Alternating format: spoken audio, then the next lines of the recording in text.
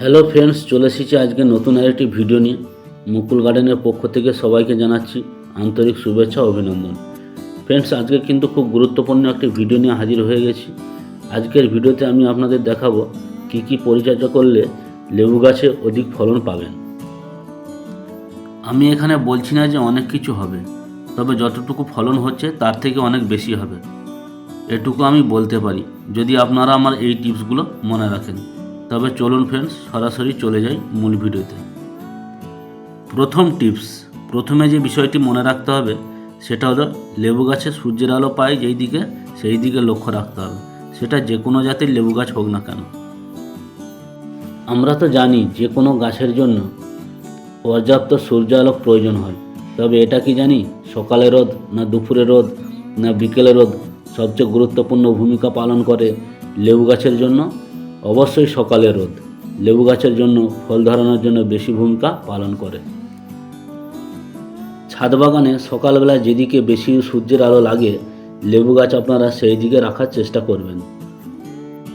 সকাল 6টা থেকে সকাল 11টা পর্যন্ত যেই রোদটা লাগে ওই রোদটা লেবু গাছের ফল ধরানোর জন্য খুব গুরুত্বপূর্ণ ভূমিকা পালন করে।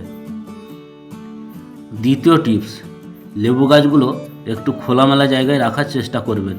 এমন একটি জায়গায় রাখার চেষ্টা করবেন যেখানে মৌমাছি বা উপকারী যেই সব কীটপতঙ্গ আছে সেই সবগুলো পরাগায়ন সহায়ক হয়, ওইগুলো যাতে লেবু গাছের উপর বসতে পারে, এর ফলে খুব সহজে পরাগায়ন সম্পূর্ণ হবে আর গাছে প্রচুর পরিমাণে লেবু ধরে থাকবে।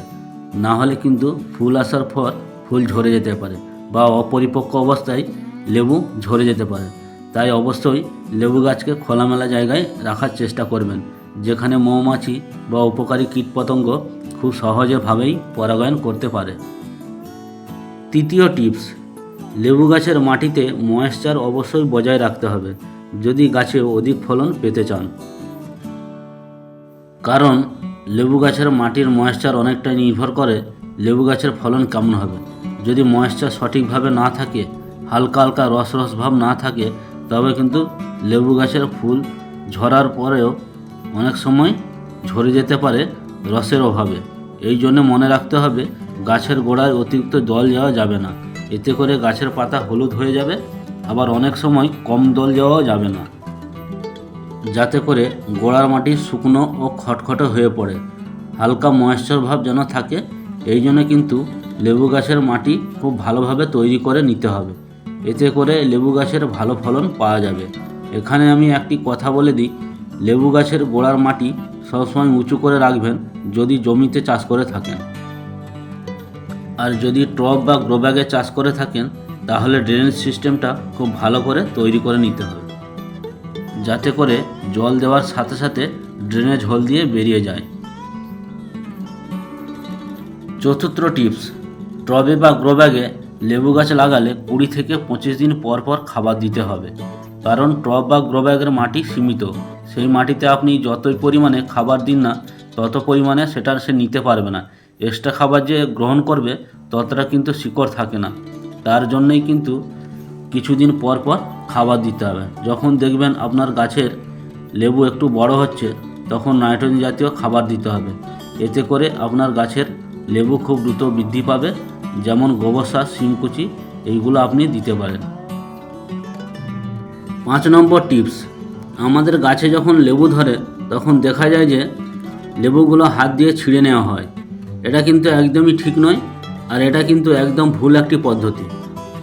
তার জন্য আপনারা অবশ্যই ধারালো কিছু ব্যবহার করতে পারেন, যাতে খুব সহজেই আলতোভাবে লেবুগুলি সংরক্ষণ করতে পারেন।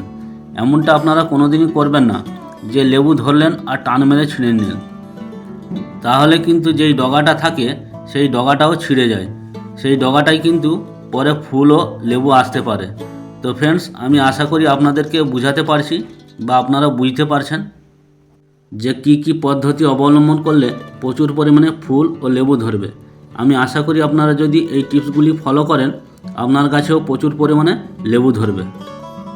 তো ফ্রেন্ডস, এই ছিল আজকের ভিডিওটিতে লাইক এবং শেয়ার করবেন।